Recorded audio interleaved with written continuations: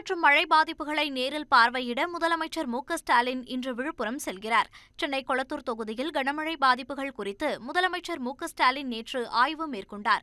இதேபோன்று எழிலகத்தில் உள்ள மாநில கட்டுப்பாட்டு மையத்திற்கு சென்ற முதலமைச்சர் மு.க.ஸ்டாலின் ஃபெஞ்சல் புயலால் பாதிக்கப்பட்ட மாவட்டங்களில் மேற்கொள்ளப்பட்டு வரும் மீட்பு மற்றும் நிவாரணப் பணிகள் குறித்து கேட்டறிந்தார்.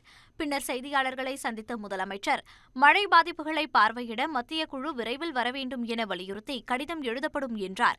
விழுப்புரம், கடலூர், செங்கல்பட்டு ஆகிய மாவட்டங்களில் ஏற்பட்டிருக்கக்கூடிய பாதிப்புகளை சீரமைப்பதற்காகவும் பாதிப்புக்கு உள்ளாகி இருக்கக்கூடிய மக்களுக்கு நிவாரணம் வழங்குவதற்காகவும் தேவையான நிதி வழங்கிடவும் பாதிப்புகளை பார்வையிட மத்திய குழுவை அனுப்பி வைத்திட வேண்டும் என்று ஒன்றிய அரசை கேட்டுக்கொள்ள இருக்கிறோம்.